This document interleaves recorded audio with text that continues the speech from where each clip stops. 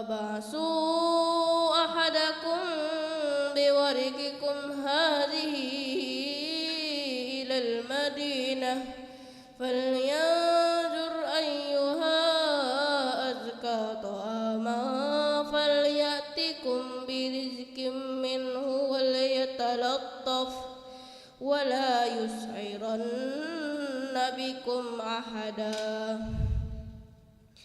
إنهم إن يظهروا عليكم يرجموكم أو يعيدوكم في ملتهم ولن تفلحوا إذا أبدا وكذلك أثرنا عليهم ليعلموا أن وعد الله حق وأن الساعة لا ريب فيها إذ يتنازعون بينهم أمرهم فقالوا ابنوا عليهم بنيانا ربهم أعلم بهم قال الذين غلبوا على أمرهم لنتخذن عليهم مسجدا سيقولون ثلاثة رابعهم كلبهم ويقولون خمسة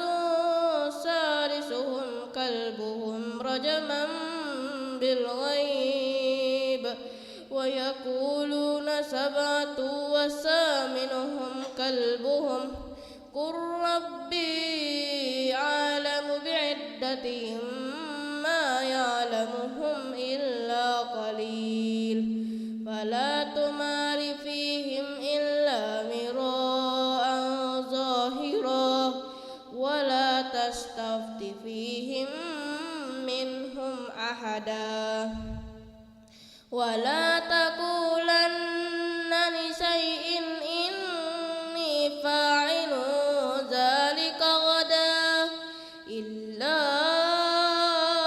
أن يشاء الله واذكر ربك إذا نسيت وقل عسى أن يهديني ربي لأقرب من هذا رشدا ولبثوا في كهفهم 300 سنين وازدادوا 9 قل الله أعلم بما لبثوا له غيب السماوات والأرض أبصر به وأسمع ما لهم من دونه من ولي ولا يشرك في حكمه أحدا واتلو ما أوحي إليك من كتاب ربك لا مبدل لكلماته ولا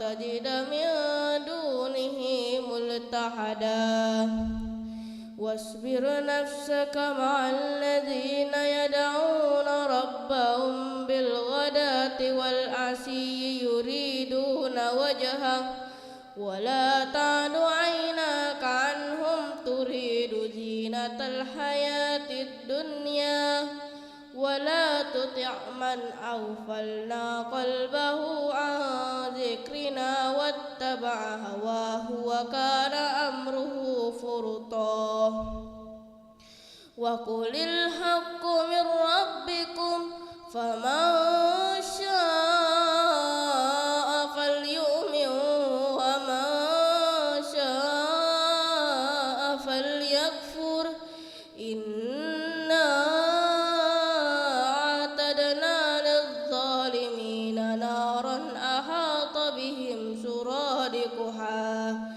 وإن يستغيثوا يغاثوا بماء كالمهل يشوي الوجوه بئس الشراب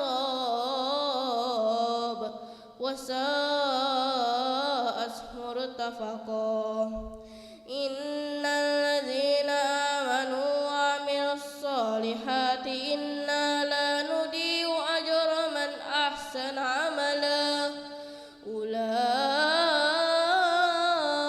لهم جنات عدن تجري من تحتهم الأنهار تجري من تحتهم الأنهار يهلون فيها من أساور من ذهب ويلبسون ثيابا خضرا من سندس واستبرق متكئين فيها على الأرائك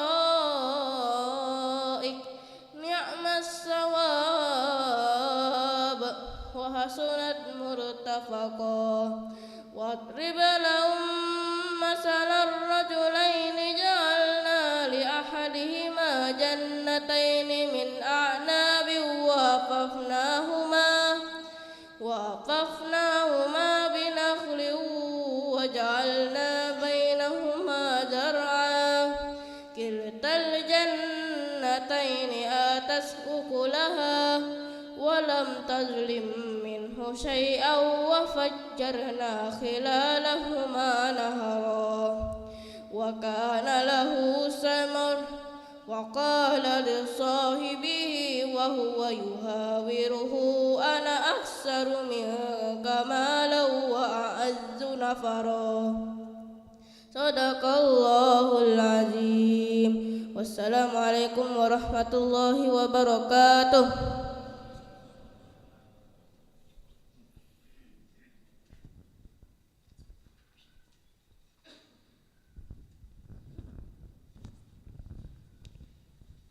Bismillah.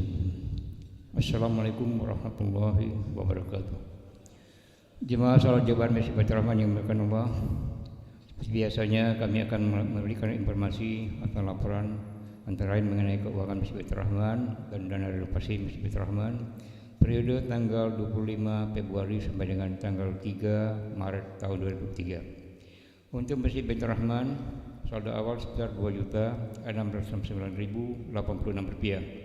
Infak Jumat lalu Rp5.041.000. Pembelian buku dari REN sebesar Rp3.500.000. Jumlah penerimaan Rp8.541.000. Uang kas menjadi Rp11.210.086. Adapun pengeluaran untuk kegiatan peribadatan pengajian Rp3.200.000. Untuk kebersihan Rp500.000.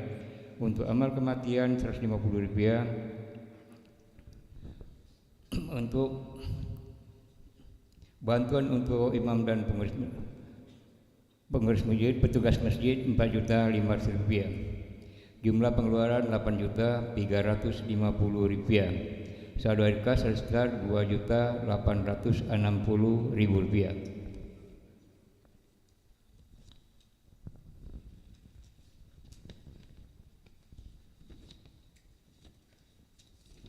Selanjutnya untuk dana renovasi, saldo awal sebesar Rp20.861.865. Penerimaan melalui BSI atas nama Yeni Kusmiati Rp350.000, atas nama orang tua Paral Rp4.000, atas nama Selamat Wahyudi Rp4.000, atas nama Ihsan Rp1.000.000, atas nama Heru Murti Rp650.000, hamba Allah Rp100.000, atas nama Nita Kusmiati Rp5.000.000, dan atas nama Aliman untuk almarhumah Yurni Purwaningrum Rp2.000.000, dan penerimaan tunai dari Bapak Insinyur Haji Farurazi Rp6.300.000. Koreksi saldo sebesar Rp25.000.000. Penerimaan Rp41.200.000.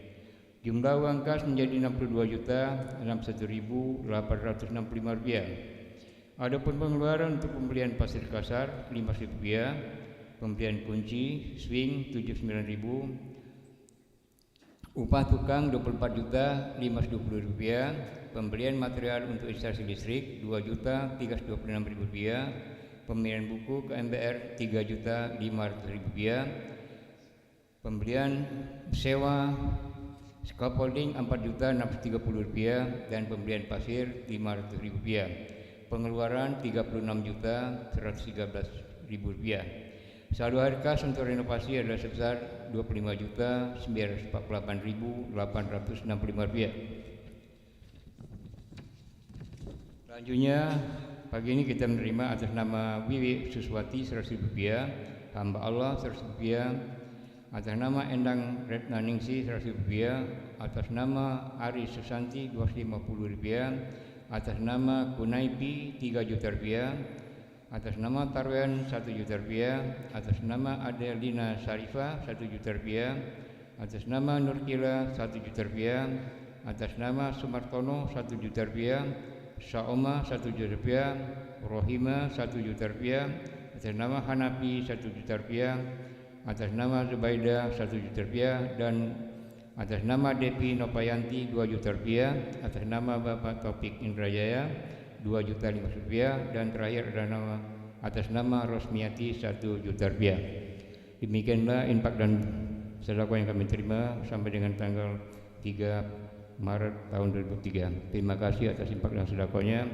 Semoga Bapak terlibat bersedekah selalu dimurahkan rezekinya, dimudahkan segala urusannya, bagi yang sakit segera disembuhkan, bagi yang telah wafat dilapangkan kuburnya dan terima amal ibadahnya. Untuk itu marilah kita membaca ummul kitab Al-Fatihah. Bismillahirrahmanirrahim. Alhamdulillah. Ar-Rahman Ar-Rahim. Iyyaka na'budu wa iyyaka nasta'in. Sebentar lagi ibadah Jumat kita akan dimulai. Adapun yang selaku khatib dan imam salat pada siang hari ini adalah Bapak Ustadz Joni Fauzan RC. Alhamdulillah berada di tengah-tengah kita. Terima kasih atas kehadirannya. Untuk itu mari kita merapatkan dan mengisi sop-sop yang masih kosong ada di tengah-tengah masjid kita ini. Demikianlah wabillahi. Wassalamualaikum warahmatullahi wabarakatuh.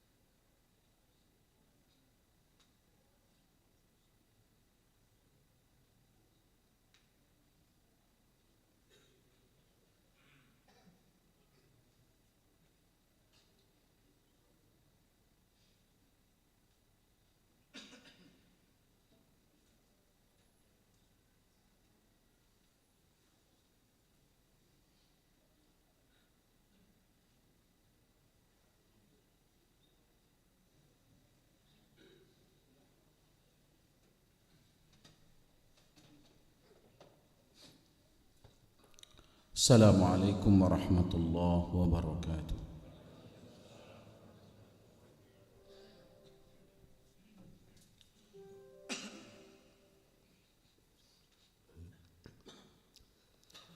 الله أكبر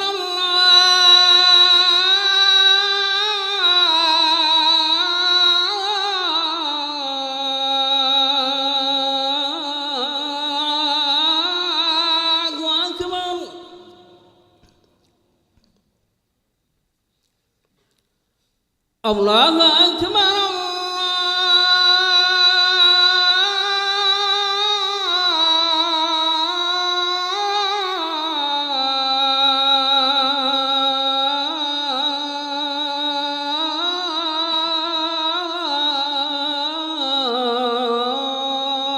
أكبر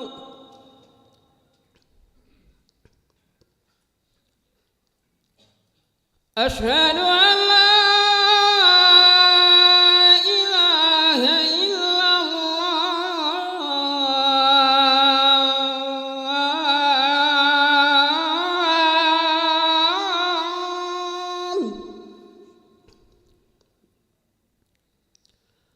أشهد أن لا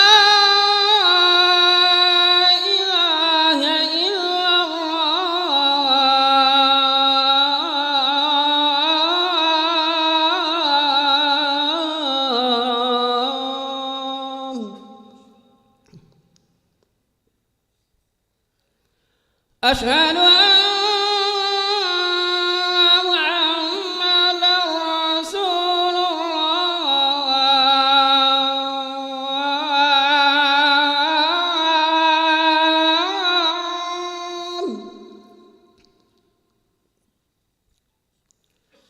أشهد أن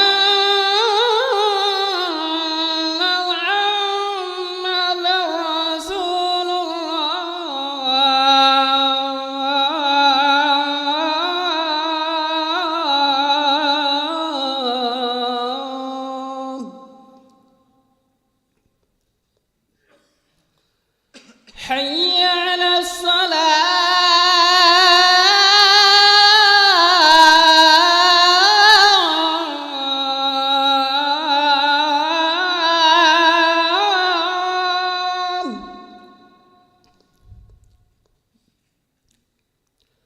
حي على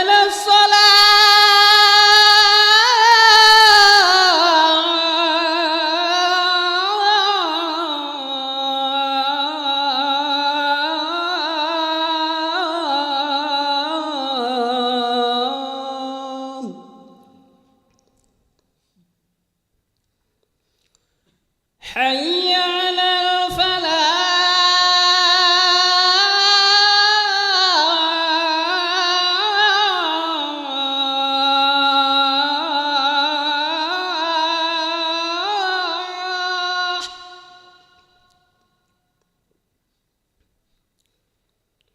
حي على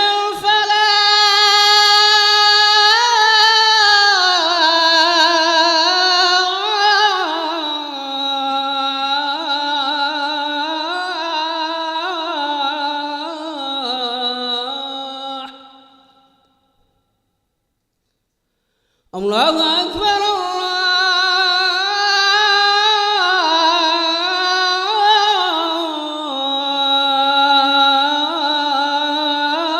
الله أكبر لا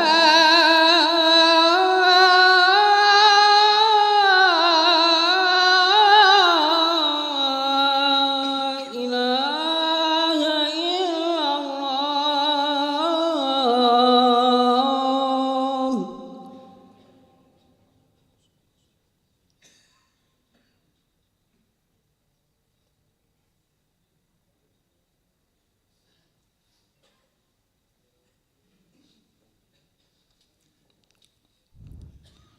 الحمد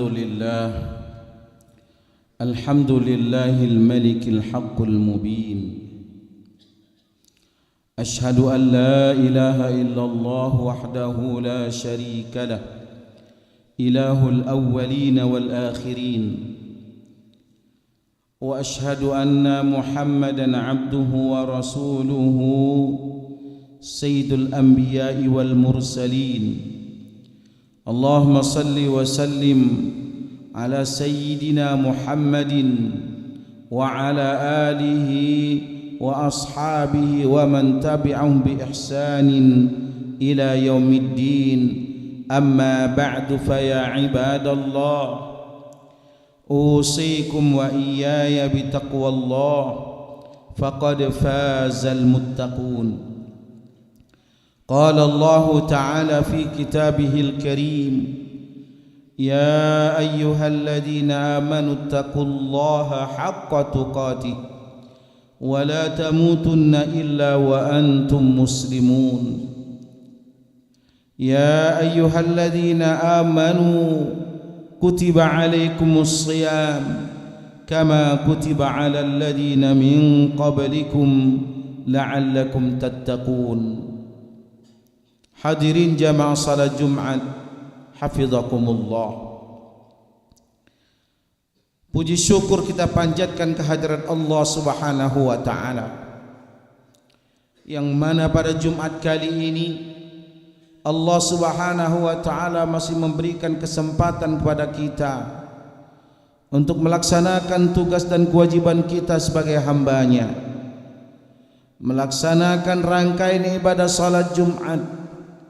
Mudah-mudahan ibadah Jumat kita kali ini akan menambah bekal iman dan takwa kita kepada Allah Subhanahu wa taala.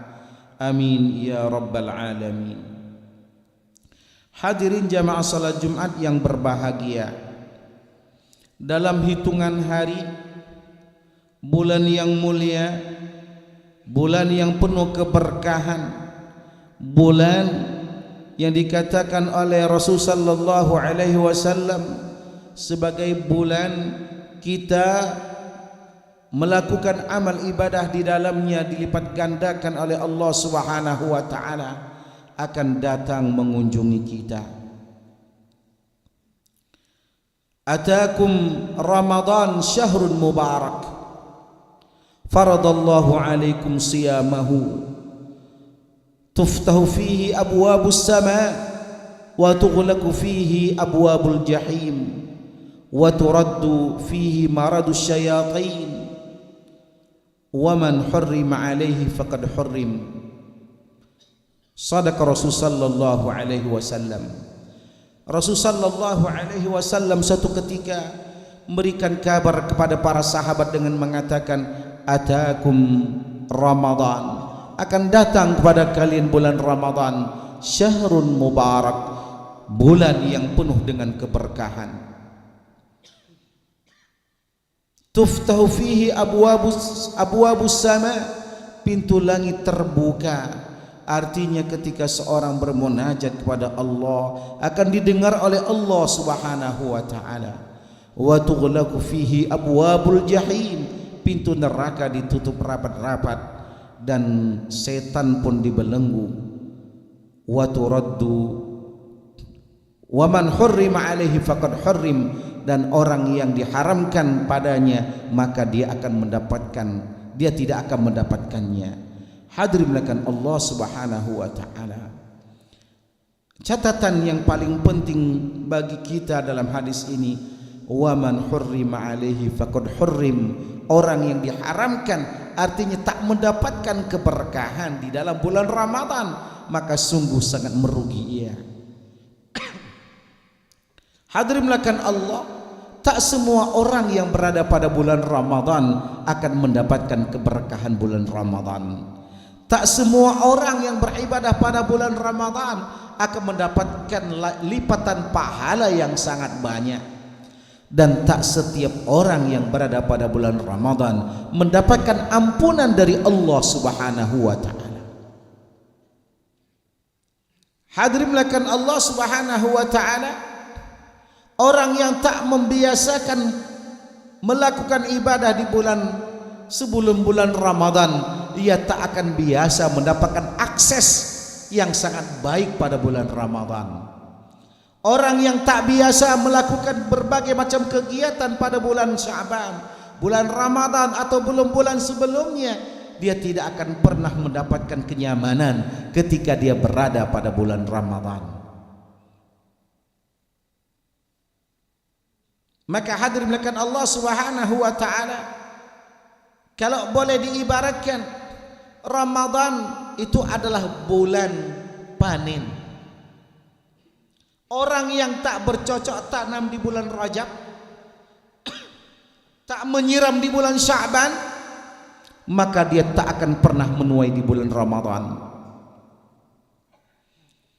Seorang ulama mengatakan, mathalur Rajab karrihi wa mathalu Sya'ban kal ghaimi wa mathalu Ramadan kal matari wa man lam yazra' fi Rajab wa lam yaski fi Sya'ban lam yahsud fi Ramadan. Seorang ulama mengatakan orang yang perumpamaan bulan Rajab itu adalah bagaikan angin yang akan membawa hujan, dan perumpamaan di bulan Sya'ban bagaikan mendung, serta perumpamaan bulan Ramadan adalah bagaikan hujan yang akan dinikmati oleh orang-orang yang memang telah melakukan dua proses sebelumnya, menyemai, menanam, menyiram. Maka kata seorang ulama itu, orang yang tak menanam, tak menyiram di bulan Rajab dan Sya'ban, dia tidak akan pernah panen. Itulah makna wa man hurrima alaihi faqad hurrim. Orang yang diharamkan oleh Allah, artinya dia tidak akan mendapatkan berbagai macam kenikmatan, bahkan tak akan mendapatkan ampunan ketika dia berada pada bulan Ramadan. Karena apa? Dia telah melalui fase-fase sebelumnya. Itulah kata baginda Rasul sallallahu alaihi wasallam, merugi, sungguh merugilah orang yang didatangi bulan Ramadan tapi dia tidak mendapatkan ampunan. Maka hadirin melakukan Allah Subhanahu wa taala, mumpung ini pada masih bulan Sya'ban, masih ada kesempatan bagi kita untuk bercocok tanam, untuk menyiram, yang pada akhirnya nanti kita panen pahala pada bulan Ramadan. Mari mulai menanam sambil kita menyiram, agar nantinya pada bulan Ramadan tidak ada lagi keluh kesah, yang hanya adalah kita panen berbagai macam pahala, atau ketika kita menikmati hidangan yang telah disediakan oleh Allah Subhanahu wa taala pada bulan Ramadan. Hadirin melakukan Allah, hal yang paling utama yang perlu kita lakukan sebelum datangnya bulan Ramadan adalah bersih diri kita.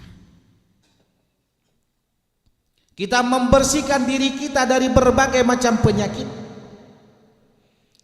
Kita membersihkan jiwa kita dari berbagai macam kotoran penyakit. Karena Ramadan tidak akan pernah hinggap, tidak akan pernah singgah, tidak akan pernah membersamai orang-orang yang hatinya masih dipenuhi dengan berbagai macam penyakit-penyakit hati. Yang kedua, agar kita panen nanti pada bulan Ramadan, kita persiapkan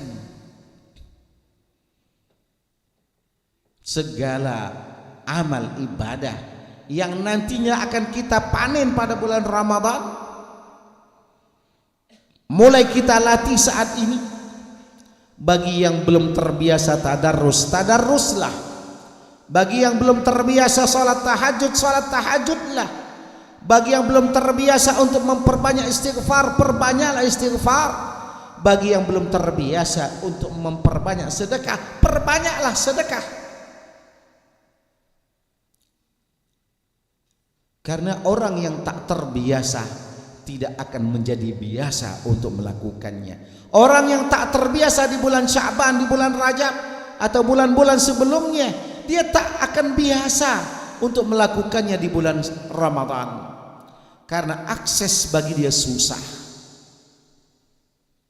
Ibarat orang kalau dia ingin menggapai satu hal, dia punya segala-galanya, punya uang dia untuk mendapatkannya, tapi akses tidak ia miliki. maka dia tidak akan pernah mendapatkannya. Dia mungkin mendapatkannya, tapi dia mendapatkannya dengan cara yang tidak baik. Tak enjoy dia mendapatkannya, tak menikmati dia cara mendapatkannya. Dia mungkin mendapatkannya dengan cara-cara yang tidak dihalalkan.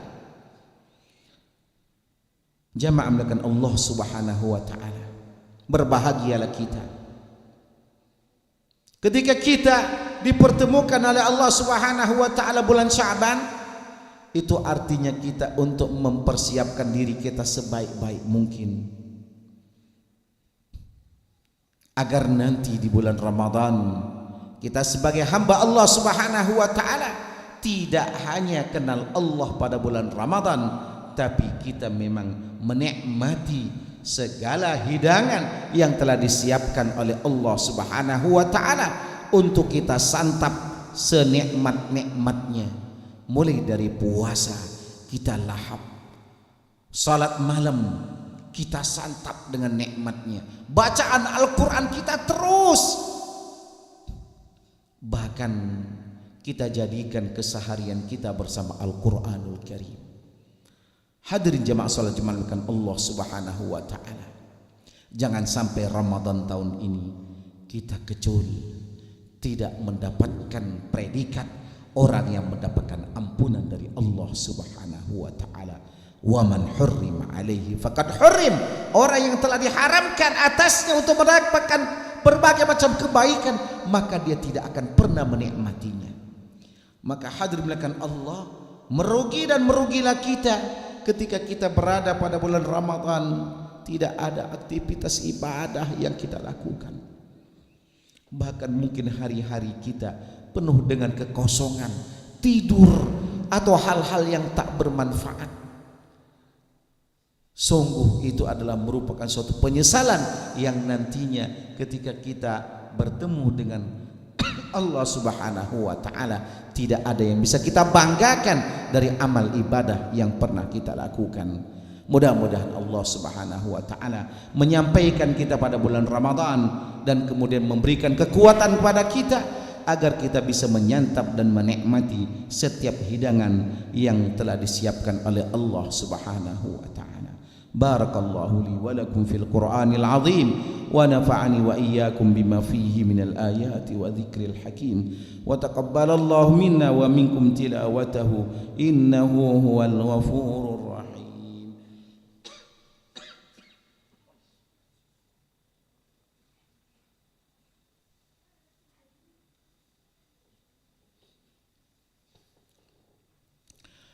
الحمد لله الذي أرسل رسوله بالهدى ودين الحق ليظهره على الدين كله وكفى بالله شهيدا.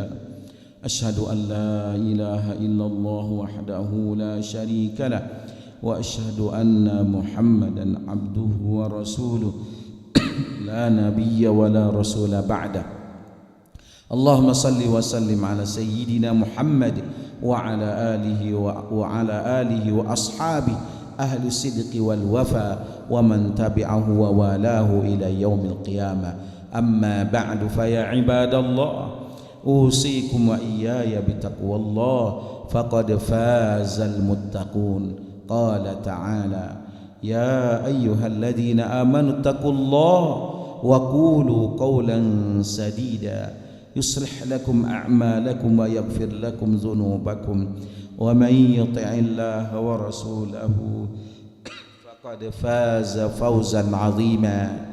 واعلموا أن الله أمركم أن تصلوا وتسلموا على حبيبه الكريم فقال إن الله وملائكته يصلون على النبي يا أيها الذين آمنوا صلوا عليه وسلموا تسليما. وارض اللهم على 4 خلفاء الراشدين المهديين من بعد أبي بكر وعمر وعثمان وعلي وبقية أصحابه أجمعين وتابعهم بإحسان إلى يوم الدين. اللهم اغفر للمسلمين والمسلمات والمؤمنين والمؤمنات الأحياء منهم والأموات. اللهم فك أسر المأسورين ونفس كرب المكروبين واقض الدين عن المدينين واشف مرضانا ومرضى المسلمين. ربنا تقبل منا إنك أنت السميع العليم وتب علينا إنك أنت التواب الرحيم. ربنا آتنا في الدنيا حسنة وفي الآخرة حسنة وقنا عذاب النار. عباد الله إن الله يأمركم بثلاث فقوموا بها ونهاكم عن ثلاث فاجتنبوها. إن الله يأمر بالعدل والإحسان وإيتاء ذي القربى وينهى عن الفحشاء والمنكر والبغي يعظكم لعلكم تذكرون. فاذكروا الله العظيم يذكركم واسألوه من فضله يعطكم ولذكر الله أكبر. الله أكبر الله أكبر. أشهد أن لا إله إلا الله. أشهد أن محمد رسول الله. حي على الصلاة حي على الفلاح. قد قامت الصلاة قد قامت الصلاة. الله أكبر الله أكبر. لا إله إلا الله. لا إله إلا الله محمد رسول الله صلى الله عليه وسلم. استووا واعتدلوا ترصوا فإن تسوة الصفوف من تمام الصلاة. الله أكبر.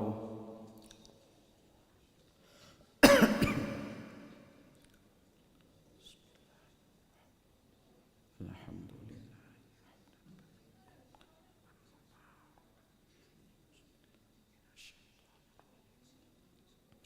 بسم الله الرحمن الرحيم. الحمد لله رب العالمين الرحمن الرحيم مالك يوم الدين. إياك نعبد وإياك نستعين. اهدنا الصراط المستقيم صراط الذين أنعمت عليهم غير المغضوب عليهم ولا الضالين.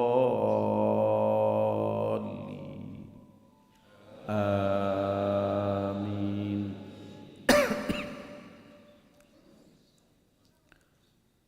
بسم الله الرحمن الرحيم. والضحى والليل إذا سجى ما ودعك ربك وما قلى وللآخرة خير لك من الأولى ولسوف يعطيك ربك فترضى ألم يجدك يتيما فآوى ووجدك ضالا فهدى ووجدك عائلا فأغنى فأما اليتيم فلا تقهر وأما السائل فلا تنهر وأما بنعمة ربك فحدث. الله أكبر.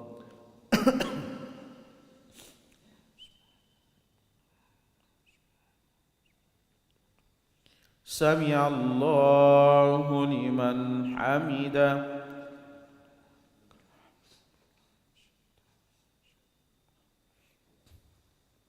الله أكبر.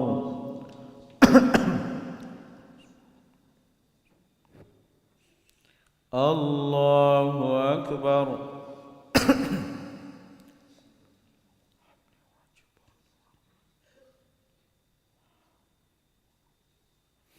الله أكبر.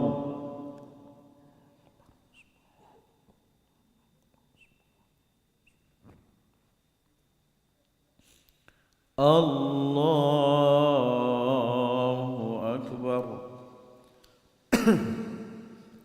بسم الله الرحمن الرحيم. الحمد لله رب العالمين الرحمن الرحيم مالك يوم الدين إياك نعبد وإياك نستعين اهدنا الصراط المستقيم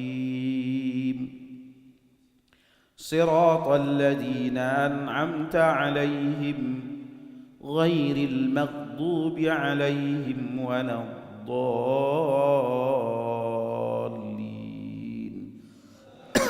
آمين.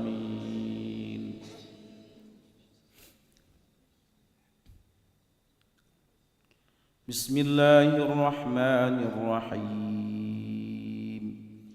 ويل لكل همزة لمزة الذي جمع مالا وعدده يحسب أن ماله أخلده كلا لينبذن في الحطمة وما أدراك ما الحطمة نار الله الموقدة التي تطلع على الأفئدة إنها عليهم مؤصدة في عمد ممددة.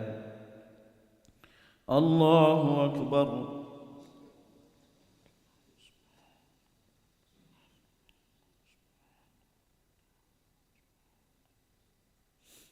سمع الله لمن حمده.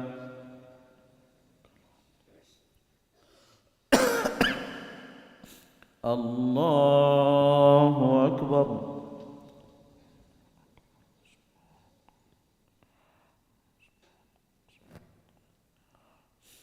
الله أكبر.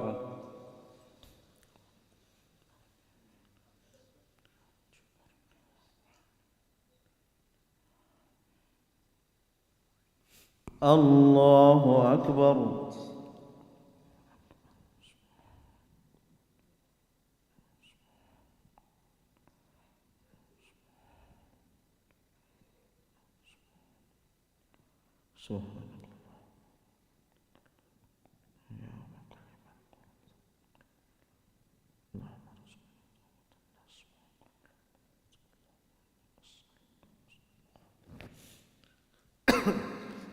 الله أكبر.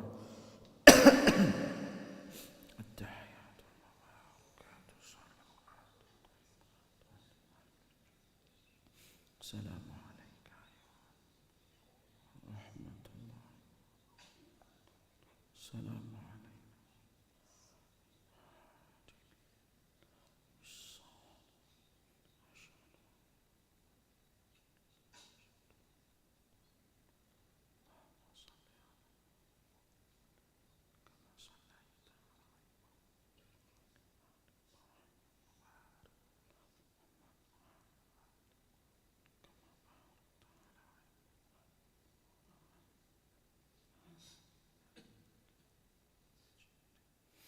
السلام عليكم ورحمة الله. السلام عليكم ورحمة الله. استغفر الله العظيم الذي لا إله إلا هو الحي القيوم وأتوب إليه. استغفر الله العظيم الذي لا إله إلا هو الحي القيوم وأتوب إليه. أستغفر الله العظيم الذي لا إله إلا هو الحي القيوم وأتوب إليه. الفاتحة.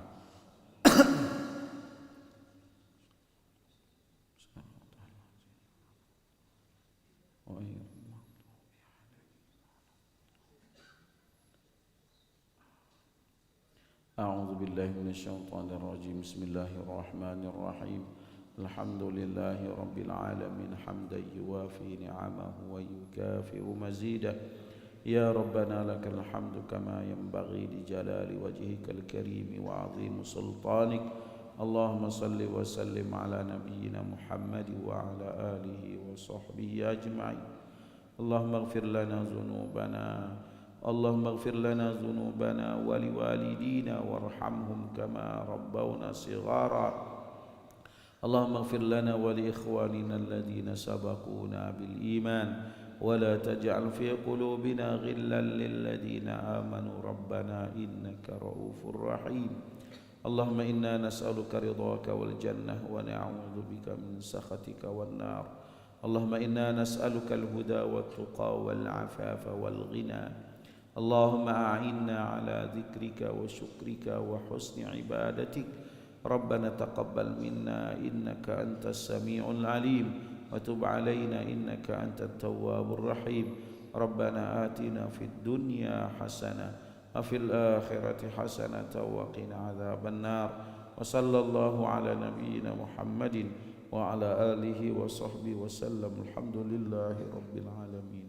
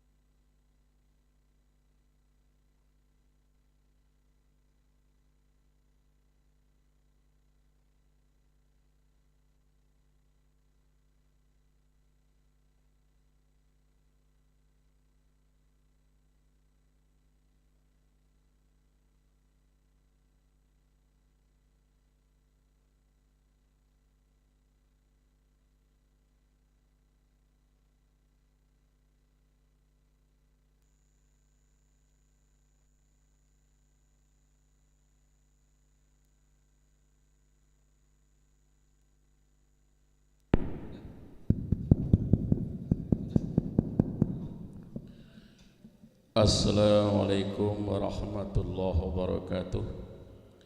Kepada